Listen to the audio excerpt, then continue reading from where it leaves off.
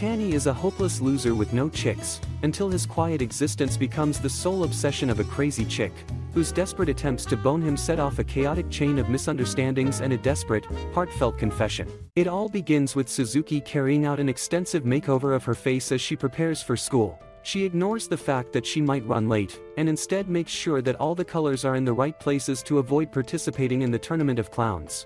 After she is done, she excitedly walks to school and greets literally everybody she meets on the way, as if she were competing for Miss High Morals. The moment she enters the classroom, her attention immediately shifts to the quiet dude, Tanny, who sits beside her.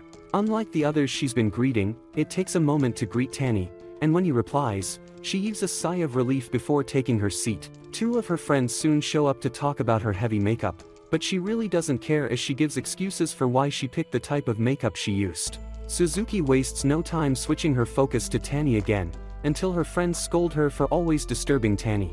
Unknown to the two, Suzuki is secretly in love with Tanny, which is why she is always all over him. Suzuki had fallen for Tanny because he is someone who speaks his mind when he needs to, even though he is the quiet type. Suzuki recalled the day they changed seats that put him close to Tanny. This was easily the best day of her life because she finally got the chance to speak directly to Tanny. Suzuki is fully immersed in her imagination until her friends call her back to reality. They ask her a question, and she ends up adding Tanny to the equation. Her friends then tell Tanny to let them know if Suzuki is pestering her, but surprisingly, Tanny lets them know that he doesn't mind. The moment Tanny utters these words, Suzuki's head almost blows apart like an inflated balloon. Suzuki is shivering all over, wishing that she could get the chance to speak to Tanny as she wants.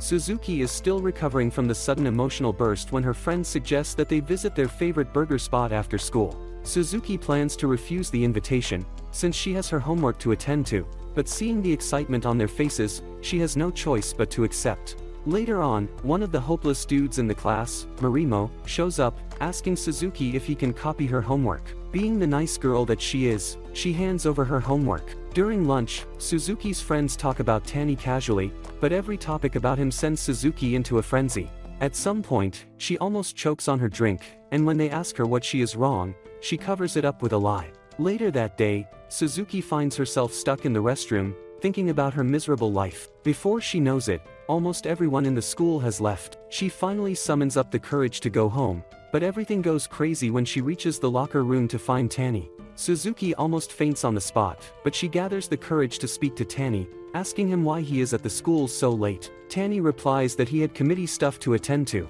Suzuki then asks him which way he usually takes when going home, and Tanny reveals his usual path. Suzuki is completely blown when she realizes that they take the same route. She manages to gather the words, and she asks Tanny if they can walk part of the way together. Moments later, the two are seen on their way home. Tanny remains quiet, dude that he is, while Suzuki starts firing questions everywhere, trying to make the conversation lively. She keeps jumping from one thing to the other until she reaches her visit to the burger shop. Suzuki talks about how big the burger was, but suddenly, it dawns on her that she might be yapping too much, and the conversation might have gotten really boring for Tanny. Not knowing what to say, she suddenly asks Tanny if he would be willing to grab a burger with her. Suzuki immediately suffers a brain freeze when Tanny says yes. Suzuki can't process what she just heard, as she tries to figure out if Tanny was only playing along to match the mood. However, it dawns on her that Tanny is not such a person. Suzuki starts to panic in an attempt to find something to say back to Tanny to make sure the moment doesn't die. In the process, her hand suddenly touches Tanny's hand, and she turns red like a tomato. She freezes up in fear, and Tanny just stares at her without saying a word. In a sudden turn of events, Tanny grabs her hand and holds her. Suzuki almost could not believe what was happening, as she concluded that she must be dreaming. At the same time, she realizes that her palm is sweaty like crazy. Even her heartbeat is so loud that it can be heard outside. She loses sense of time until they finally reach the crossway, where they are going their separate ways. Tanny drops her hand, and this is when she finally comes back to her senses. From then on, Suzuki totally loses her memory, as she has no idea what she said to Tanny or what he said to her.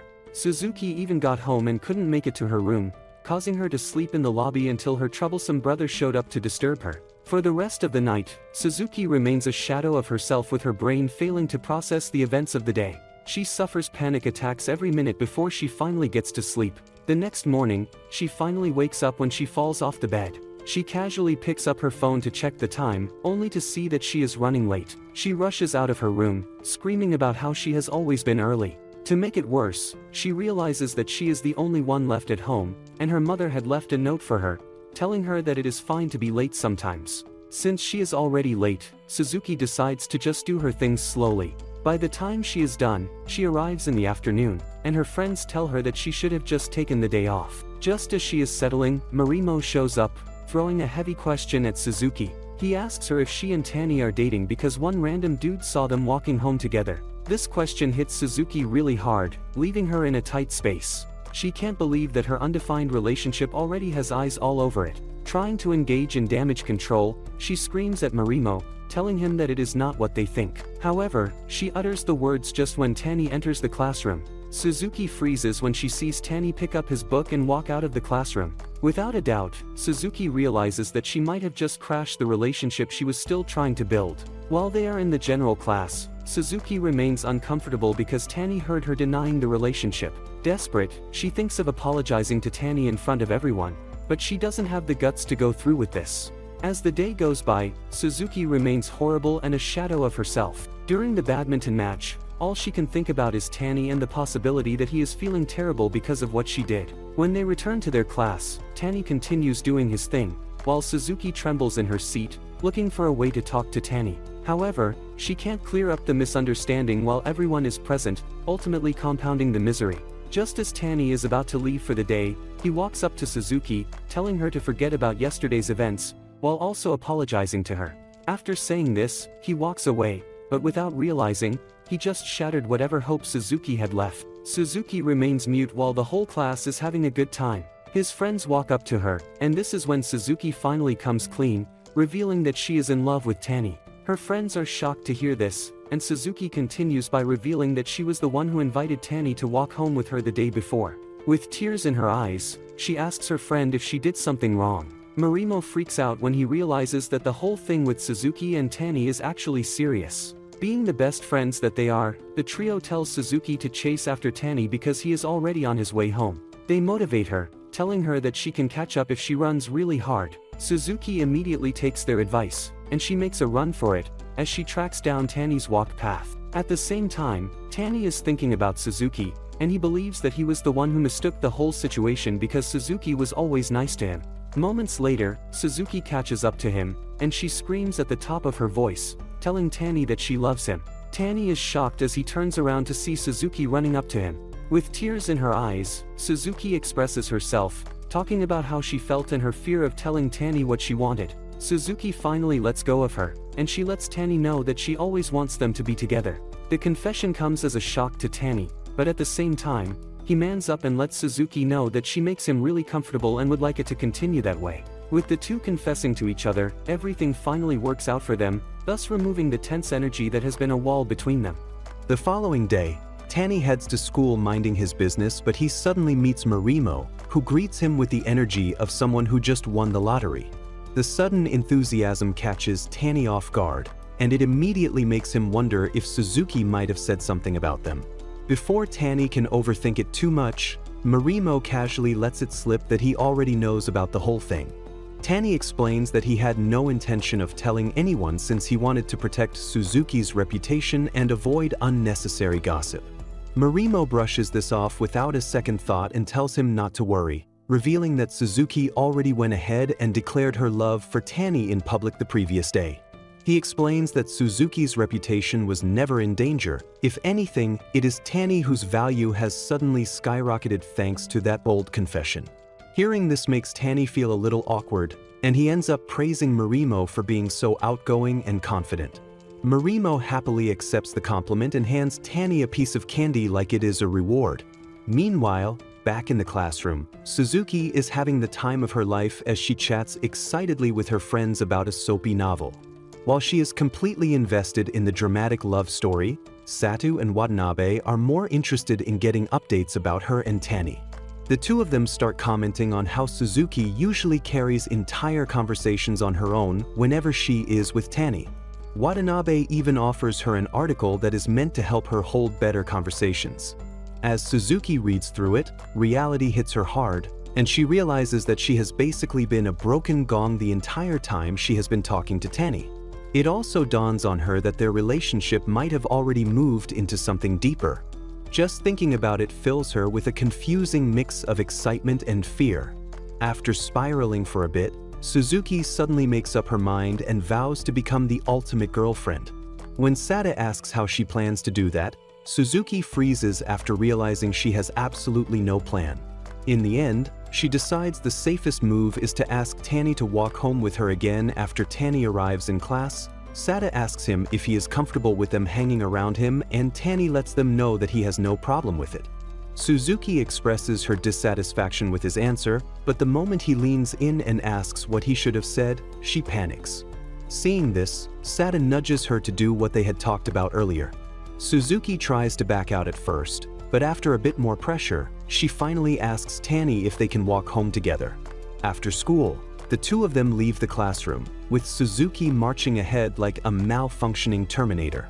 She greets everyone she passes, making people wonder why she is walking like a robot. From behind, Marimo and the others watch, with Marimo commenting on how Tanny somehow manages to be invisible. Once outside the school, an awkward silence settles between them, and Suzuki spirals, thinking of what to say. She notices Tanny trying to make a move, so she decides to take advantage of it, but he suddenly backs down, leaving her hanging. A few moments later, they reach an intersection, and Suzuki bids Tanny farewell, but he suddenly grabs her hand and asks if she can spare a few more minutes. They settle down at a nearby park, where he explains how Marimo approached him earlier that morning.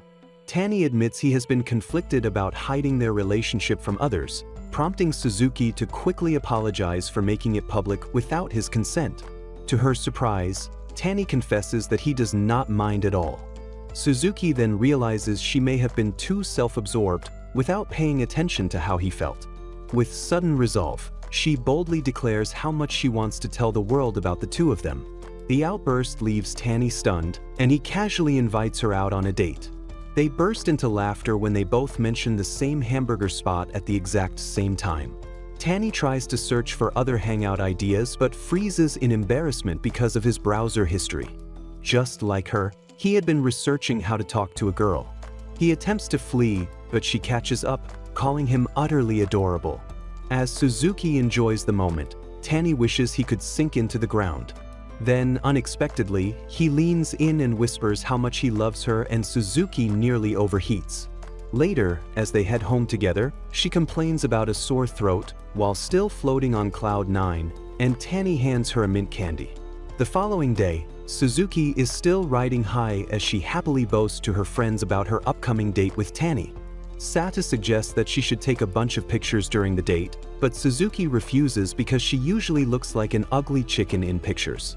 After school, she runs straight into another crisis as she stares at her closet, unable to decide what to wear. The next day, her nerves are so bad that she arrives at the meeting spot 30 minutes early.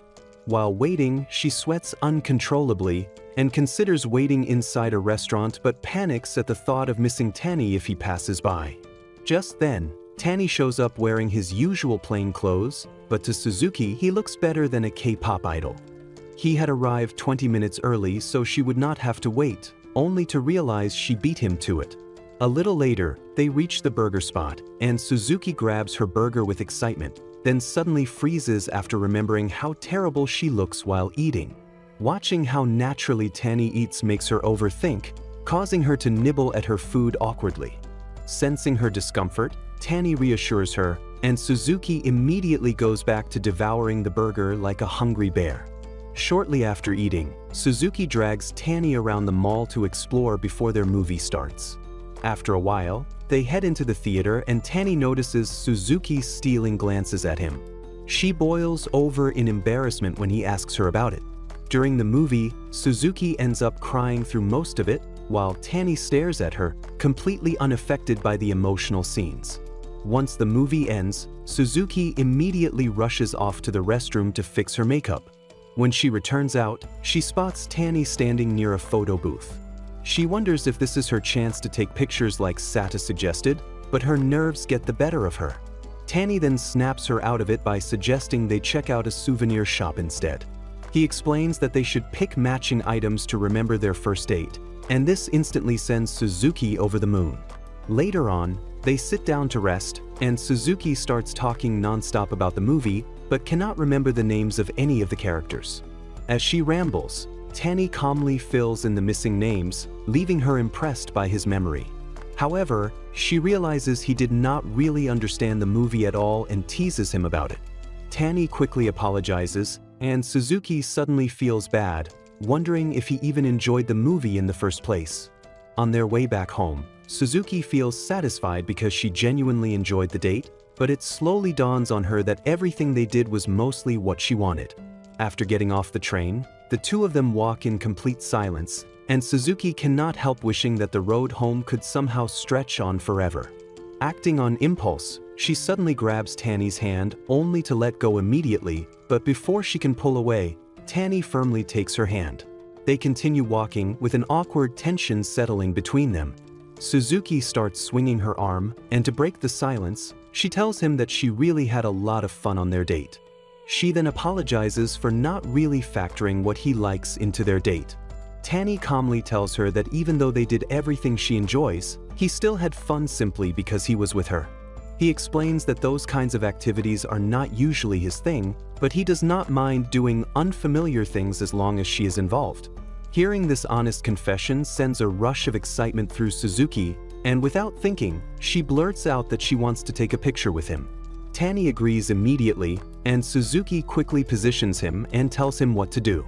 After taking the photo, she says goodbye, but stops when she notices him staring at her. To her shock, Tanny suddenly comments that he likes pandas while staring at her shirt, causing Suzuki to run off, completely overwhelmed. She gets home still floating with happiness, rushes to her room to check the photo, and is immediately crushed when she realizes she looks like a smiling giraffe. The following day, Suzuki's friend Azuma asks Suzuki about the plushie and is surprised to learn that it is from Tanny. She is more shocked to learn that they are dating. Azuma is a bit jealous because she has terrible luck with boyfriends. Just then, they walk in and join the others in talking about ideal types. Suzuki happily explains that she likes someone with a bad boy aura. Taira, a sad loser struggling with an identity crisis, spirals while thinking about types, and he concludes that girls just want to date popular guys. Suzuki rushes over to greet Tanny when Marimo reminds her that she still has a boyfriend. Taira is the last of their friend group to find out the juicy news, but he can't wrap his head around the bizarre mash. Basically, he feels that Tanny is a loser and way too different from Suzuki's ideal type. He finds it even more weird that all of Suzuki's friends are now comfortable with Tanny. Later, he privately asks Suzuki why she chose Tanny, and she simply says that Tanny is cool. Since Taira is too dumb to understand her reason, they decide to leave it at that. After her conversation with Taira, Suzuki playfully teases Tanny with canned drinks, while Taira watches in shock and disgust. Later, Suzuki is chatting with Watanabe, and Marimo rushes in, begging for Suzuki's homework. He quickly switches and asks Tanny, but before Suzuki can stop him, Tanny already pulls the homework out. Taira is disgusted that Suzuki's friends are already taking advantage of her boyfriend. He seems to be the only one in the group struggling with coming to terms with this new dynamic. After school, Taira continues to struggle with his identity crisis until Azuma approaches him. He ignores her and is still spiraling when Suzuki and Tanny pass by on their way home. The sight of them walking together without any care in the world puzzles Taira. Meanwhile, Tanny decides to talk to Suzuki about her ideal type, and she realizes he had been listening in on their conversation earlier. She wants to know if it bothers him, but Tanny denies it, making her suddenly start chuckling. She explains that she has a lot of different feelings for different types, and Tanny just happens to fall into one of them. Even though he doesn't get it, Tanny accepts her explanation, as he recalls she usually calls him adorable. Tanny faces anxiety from Suzuki's explanation to the point of having nightmares because of it. To make matters worse, his grandmother refers to their cat as adorable, making him wonder if that is how Suzuki sees him. He concludes that if her idea of a cool person is strong, then he is far from that because his bones are literally made of jelly. Elsewhere, Suzuki and her brother argue over space, and then he drops her off close to school on her bike. Tani is jealous when he sees them, and Azuma suddenly appears beside him. She notices the look on his face and calls Suzuki to help him out of his misery. Suzuki quickly fixes her terrible hair, and from her conversation with Azuma, Tani is relieved to learn that the bike guy was Suzuki's brother. On their way to school, Azuma and Suzuki learn that Tani is an only child, which finally makes sense to them. Just then, Tara is surprised to see Tani sandwiched between the two girls, causing the start of his usual identity crisis. After school, Suzuki is unhappy when she learns that Tani has to stay back for library duties. After telling Tani that she will be heading home alone, Suzuki sneaks into the library like a brainless ostrich. Tani catches her, and she awkwardly explains that she just wants to see what the library looks like. As it turns out, she has never set foot inside a library. She worries that she might be called a stalker, but Tani assures her that it is fine. Tani is happy to see her, but he doesn't want to make her wait too long, so he tells her to leave if she gets bored. Suzuki misunderstands, thinking he wants to get rid of her, so she gives him space. She feels bad for being too clingy, and Tani notices that she might have misunderstood him, so he tells her to wait for him until the library closes in the evening. Suzuki is over the moon and proceeds to read a book while waiting for him. Meanwhile, Tani sees another introvert reading several books on how to make conversation with people. Their eyes soon meet, and both of them immediately sink into their shell. Tani starts thinking about Suzuki and how he is terrible at conveying his feelings to her properly. Later, while waiting outside for Tani to finish up, Suzuki sees her teacher riding a tiny bike and teases him about it. When Tani arrives, she tells him about it and laughs uncontrollably at the thought of a big dude riding a small bike with wheels the size of a pancake. She tells Tani that she finds the teacher adorable, but he can't relate to her joke. Tani then asks Suzuki what she means by always referring to him and others as adorable. He understands that cats are adorable, but he doesn't see how a chubby teacher can be considered adorable. After thinking about it, Suzuki explains that she uses it as a term of endearment. Later, they stop at their usual intersection, and Suzuki proudly brandishes the book she picked up from the library. She tells Tani that she will be visiting the library more often, and Tani tells her that he has read the book. Suzuki is happy because they just might have similar things to talk about. She tells him to recommend more books for her to read, even though their tastes in books might be different. Suzuki explains that she wants them to have a little in common and also get to know each other's preferences. After she finishes explaining, Tani is moved, and the atmosphere between them suddenly becomes heavy. Suzuki's heart beats furiously when Tani suddenly rubs her head quietly. Even though he can never become her ideal type, he still wants to make her heart flutter from time to time. Suzuki boils red when he cups her face in his hands, telling her that she is so adorable. There and then, she forgets how to breathe, only giving one-word answers when he talks to her. Back home, Tani rubs his cat's face as he did to Suzuki, while Suzuki is still floating on clouds because of him. The following day, Marimo greets Tani with the usual rowdy tap, and Tara appears like a ghost. He tells Tani about his conversation with Suzuki and how she referred to Tani as a cool guy. Tani's plain reaction shocks Tara because he was expecting him to be over the moon for receiving a compliment like that from his girlfriend. Tara experiences another crisis when Tani suddenly calls him a good person, and because of his reply, Marimo concludes that Tara is a nutcase. Later, Suzuki, Watanabe, and Sata see Tani smiling while talking with Tara and Marimo. The fact that Tani is smiling shocks them because he never smiles. Suzuki is very jealous and wants to hoard Tani for herself. She believes that she is funnier than the boys, but Tani has never smiled or laughed at her jokes. With summer approaching, Suzuki discusses her plans to attend a local festival with Tani. Watanabe suggests she wear a traditional Japanese dress called a yukata, and Suzuki loves the idea. All her excitement, however, fades when Sato reminds her about the upcoming midterms. For the rest of the day, Suzuki is moody about the midterms, but she suddenly starts rambling about food to escape reality and even drags Tani into it. The two jokers of the group, Watanabe and Marimo, arrive in high spirits until Suzuki reminds them of the exams. Suzuki then invites them for a study session, and Marimo tells Tani to join them, but he refuses. After he leaves, Suzuki explains to them that Tanny can't attend because he has library duty. Marimo and Watanabe then suggest they all have the study group in the library to keep Tanny company.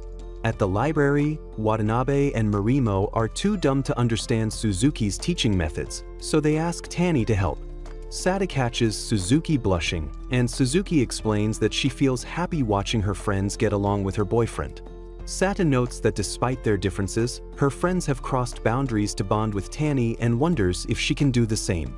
Suzuki believes that Sata can also do it and reassures her, saying she and Tanny are quite similar. When Watanabe returns from studying with Tanny, she teases Suzuki about her relationship with Tanny, sending Suzuki running off in embarrassment. Afterwards, the group heads home, and Satu apologizes to Tanny for her rowdy group of friends. Tanny lets her know that it was quite fun to have more people in the library. Marimo suggests they eat before heading home, while Suzuki teases Tanny for pronouncing bibimbap wrongly. Satu also joins in on the joke, finally getting comfortable around Tanny, and shortly after, the group enjoys their food before heading home. That night, Suzuki finds a flyer for a new store in her neighborhood and decides to visit it. Before dashing out, her mom and brother also tell her to help them pick something from the store. At the store, Suzuki runs into Marimo, and they jokingly mock each other for dressing up like homeless fellows. Inside the store, they run into a grumpy Taro working there part-time, even though it is far from his home. Suzuki feels embarrassed buying toilet paper in front of her male friends, but they don't care about her. Shortly after, Suzuki and Marimo head out and loiter in front of the store. Suzuki happily talks about the smell of the rain, but she gets frustrated when Marimo fails to understand her. Just then, a motorcycle approaches, and the two flee, thinking it might be the cops, but it is only Watanabe. She cautions Suzuki for not dressing up, especially because this is also Tanny's neighborhood. Suzuki confidently assures her that Tanny will never step outside this late in the night. While she is still confidently rambling, Tanny actually arrives at the store, and Suzuki bolts off faster than the flash. Tanny tries to find her, but Watanabe and Marimo distract him to buy Suzuki time to escape. Despite all their efforts, Tanny still catches up with Suzuki, who runs slower than Flash from Zootopia. Tanny asks why she ran away, and Suzuki explains that she doesn't want to ruin her image in his mind. Tanny doesn't understand why others can see her like that, but he can't, so Suzuki further explains that she wants him to constantly see her like a pretty dish. Though Tanny says he doesn't mind seeing her in rags, Suzuki still wants to maintain her pristine image in front of him. A few moments later, Tanny takes her on a ride while expressing his love for the smell of rain. This makes Suzuki blush so hard because she has finally met someone who can relate to her preferences. Suzuki suddenly jumps down from the bicycle when a police bike drives by, warning her not to loiter at night. Tanny is confused because the cop even calls Suzuki by name, meaning she is a frequent offender. After their long-awaited midterm exams are over, Suzuki excitedly looks forward to her summer festival date with Tanny. Watanabe and Satu advise her not to hold back in her relationship. Satu also warns her not to get overly giddy like a lovesick fool, and Suzuki swears by her ancestors never to get carried away. On the day of the festival, Suzuki arrives at the venue wearing a yukata and looking extremely nervous. She had spent the entire day anxiously getting dressed, while overthinking every detail, and now she somehow feels even less confident than she did before. However, all her hard work instantly pays off when Tanny compliments her, telling her she looks beautiful. Suzuki almost forgets how to breathe, since people usually call her cute, but never beautiful. As they head out to enjoy the festival, Suzuki grabs Tanny's arms so that they won't get separated in the crowd, but Tanny gently takes her hand instead, making her giggle uncontrollably like an idiot.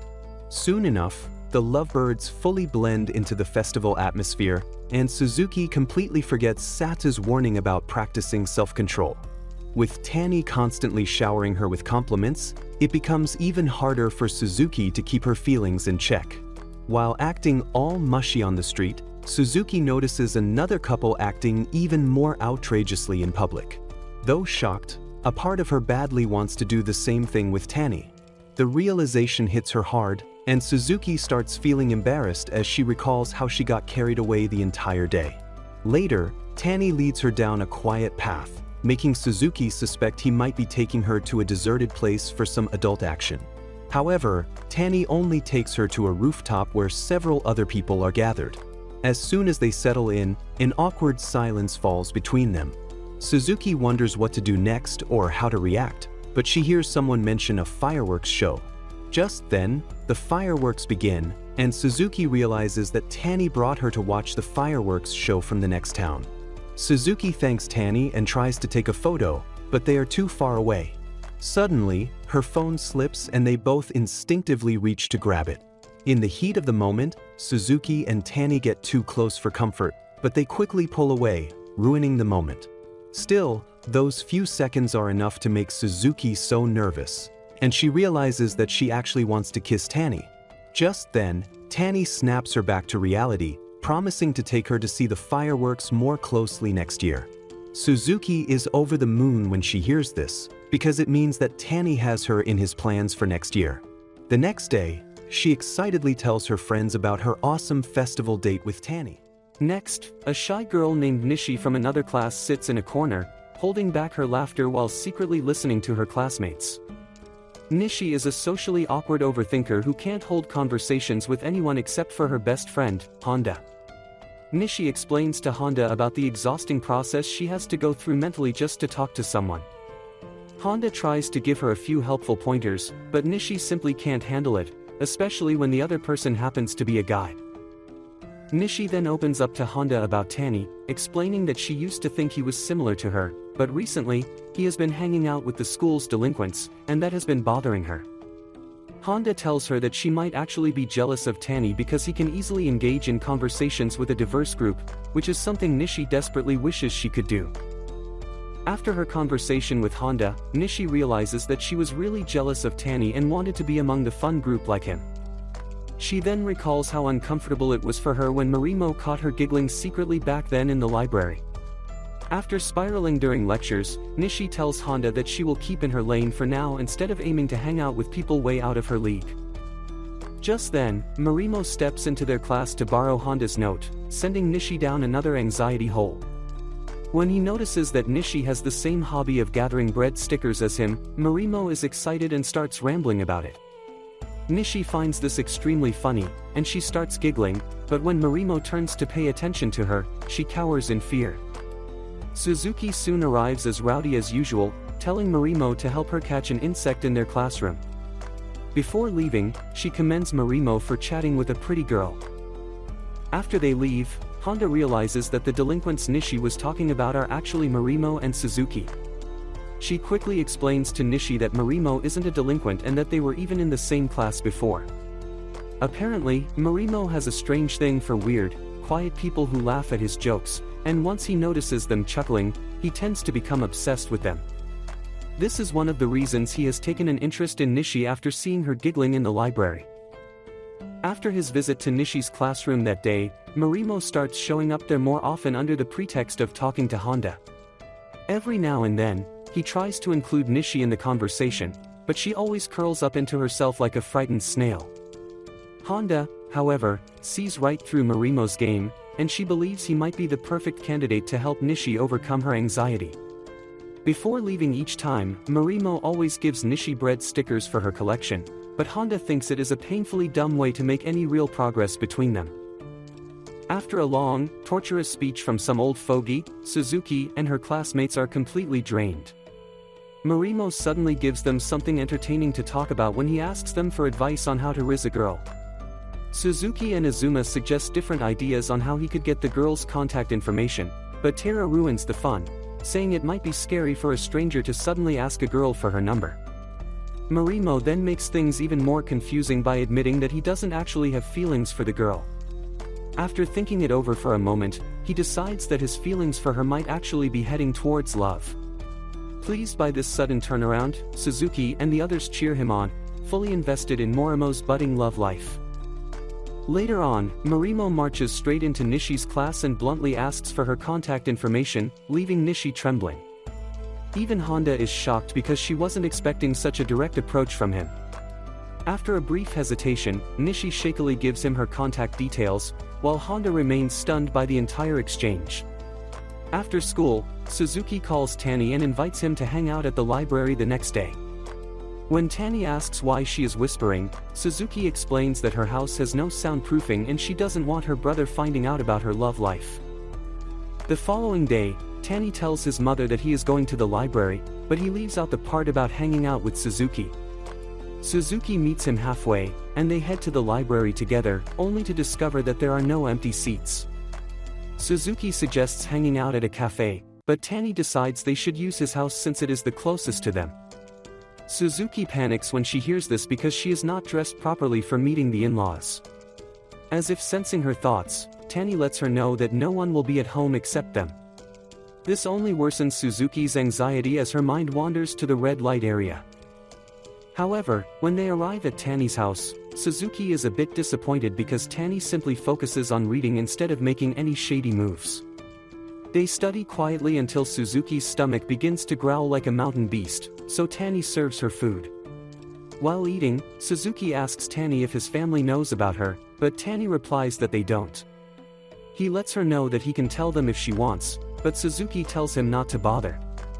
After lunch, Tani heads back to his room, and Suzuki sees this as the perfect opportunity to snoop around, so she follows him inside.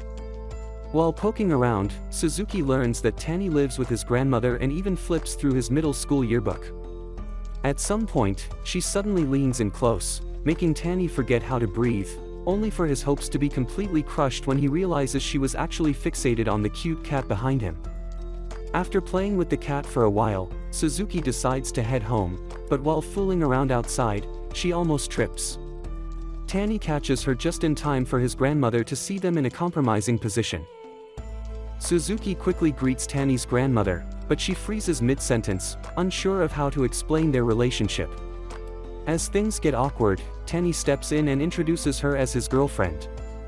Tani's grandmother is pleased and picks a few vegetables from her garden, asking Suzuki to take them home. When Suzuki gets home, she finally confesses to her mother that she has a boyfriend, but she begs her not to tell her father or brother.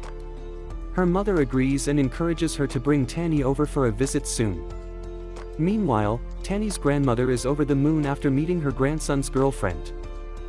Thanks for watching till the end, and make sure to hit the bell for future episodes.